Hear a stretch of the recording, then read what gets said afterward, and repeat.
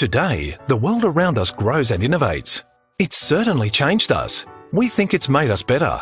Regardless how ambitious we are, tomorrow will always be different to today. But today, we think it's more than that. We think tomorrow is exciting. And it's bigger than digital too. From robots to artificial intelligence, the world around us is shaped by physical innovations as well, by sensors and motors, by physics and math, by the very sciences that we were taught at school. We think there's something special in that. When you see science, technology, engineering and mathematics working together, it's innovation at work, a sign of a coming age that we're all a part of. And it's nice that it's no longer the nerds in the corner, nor is it that special few. We want everyone to ride this wave, preparing for the future of their own work and study. This change is happening outside of race, religion, gender or age, and it's just getting started.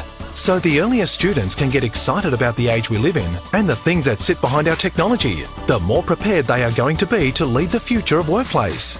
That's what we want to teach and inspire. We want to help people understand their true potential in the age we get to live in together. Because tomorrow will always be different, but today, tomorrow is exciting.